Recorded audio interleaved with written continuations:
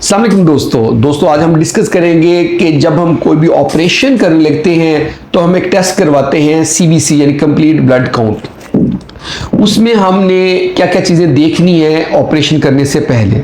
First of all हम इसमें देखते हैं हीमोग्लोबिन एचबी जो है वो तकरीबन 10 से ऊपर होनी चाहिए। अगर किसी की एचबी 11 से कम है तो अनीमिया में आता है, लेकिन 10 से 11 जो है ये माइल्ड अनीमिया है, यानी कि थोड़े लेवल की खून की कमी है। इसको हम इग्नोर कर देते हैं, इसमें सर्जरी कर देते हैं, कोई प्रॉब्लम नहीं होती। लेकिन अगर अनीमिया ज़्यादा है यानी कि 10 से भी कम एचबी है तो उसमें पहला जो बेहोशी में नुकसान होता है वो ये होता है कि जो ब्लड है जब सर्कुलेट करता है ब्रेन में, अगर उसकी तादाद कम है तो ऑक्सीजन भी कम ब्रेन में लेकर जाएगा, तो उसको जो ना ब्रेन एनॉक्सिया हम कहते हैं, यानी कि ब्रेन को ऑक्सीजन कम मिलेगी। ये वाला प्रॉब्लम होता है जिससे बेहोशी लंबी हो सकती है या बेहोशी की कॉम्प्लिकेशन हो सकती है। इसके साथ साथ वूंड की हीलिंग में भी प्रॉब्लम होती है कि जो हमने कट लगाया होता है वहाँ पे जब हीलिंग होनी होती है तो ब्लड और उसके न्यूट्रिएंट्स बहुत इंपॉर्टेंट होते हैं। तो ब्लड जब हम इसको लगा देते हैं तो उसमें या ब्लड अगर कम हो तो हीलिंग नहीं हो रही होती, हीलिंग पुअर होती है, या वूंड डिहेसेंस होते हैं। वूंड डिहेसेंस कहते हैं जब जुड़ा हुआ जख्म ऐसे खुल जाता है। हमने कट लगाया होता है, टांके लगाए होते हैं, जब 15-20 दिन बाद देखते हैं तो जख्म ऐसे खुल जाता है, ओपन किताब की तरह खुल जाता है। ये वाला प्रॉब्लम हो सकता है अगर खून की कमी हो।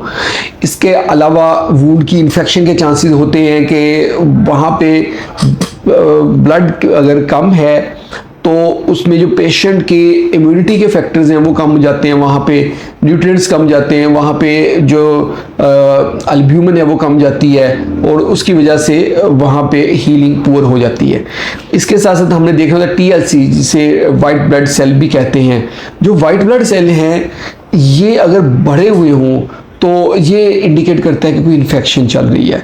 तो यूजुअली जब हम सर्जरी करने लगते हैं तो बड़ी एहतियात से देखना होता है कि चेस्ट की इन्फेक्शन तो नहीं है। अगर चेस्ट की इन्फेक्शन है तो हम कोशिश करते हैं कि अभी सर्जरी ना करें, सर्जरी को पोस्टपोन करें, पहले चेस्ट की इन्फेक्शन को ठीक कर लें। या उसके अलावा अगर सम टाइम टीएलसी डबल तक बड़ा होता है, यानी कि अगर 9000 नॉर्मल अपर लिमिट है तो 18000 तक है, तो उसमें देखना है कि सेप्टिसीमिया में पेशेंट नहीं जा रहा, यानी कि जो जिसम में किसी जगह पे पस पड़ी हुई है जो ब्लड में शामिल हो चुकी है। इस कंडीशन में पहले हमने स्ट्रॉन्ग एंटीबायोटिक्स देने होते हैं या कल्चर के मुताबिक एंटीबायोटिक्स देने होते हैं, क्योंकि जब हम एनेस्थीसिया देते हैं और सर्जरी करते हैं ये कॉम्प्लिकेट हो सकता है और मज़ीद ज़्यादा इन्फेक्शन हो जाती है। इसलिए दोस्तों बहुत इंपॉर्टेंट है कि हम टीएलसी देखें और टीएलसी को मैनेज करें। एक इससे भी इम्पॉर्टेंट चीज़, बल्कि उसको पहले नंबर पर जिसको रखना चाहिए, तो प्लेटलेट काउंट हमने देखने होते हैं। प्लेटलेट काउंट का काम होता है कि खून को रोकना, अगर ब्लीडिंग होती है उसको रोकना। देखिए अगर किसी पेशेंट में प्लेटलेट काउंट 1 लाख से कम हो जाते हैं, यूजुअली नॉर्मल 1.5 लाख से 3 लाख तक नॉर्मल वैल्यू होती है, 3.5 लाख। लेकिन अगर 1 लाख से 1.5 लाख के दरमियान है, प्लेटलेट तो कम है लेकिन ब्लीडिंग रोक देगी इतने प्लेटलेट। अगर 1 लाख से कम प्लेटलेट होते हैं तो उसमें ब्लीडिंग के रुकने के चांसेस बहुत कम हो जाते हैं। ये बहुत इंपॉर्टेंट होता है देखना किसी भी पेशेंट में। और अगर प्लेटलेट कम है तो हमें प्लेटलेट एग्रीगेट लगाने चाहिए, और अगर एचबी कम में है तो हमें ब्लड लगाना चाहिए। और बहुत सारी जगह पे हमने देखा है कि हम सर्जरी कर देते हैं ब्लड लगा के, और उसके बाद फिर भी कॉम्प्लिकेशन होती है वूंड रिलेटेड, वूंड खुल जाता है, इन्फेक्शन हो जाती है।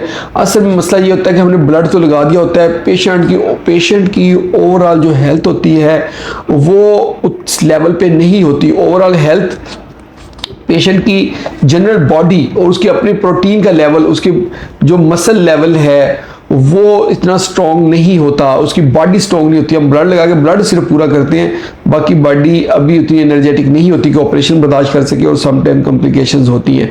ये थी आज की हमारी वीडियो कि हम सीबीसी क्यों करवाते हैं और उसका क्या इफेक्ट होता है सर्जरी के ऊपर। होप आप लोगों को वीडियो पसंद आई होगी। अगर पसंद आई तो उसको लाइक कर दें और इसको शेयर करें अपने दोस्तों के साथ, और हमारे चैनल को सब्सक्राइब करें ताकि आपको हेल्थ से रिलेटेड अच्छी वीडियोज़ मिलती रहें। बहुत बहुत शुक्रिया।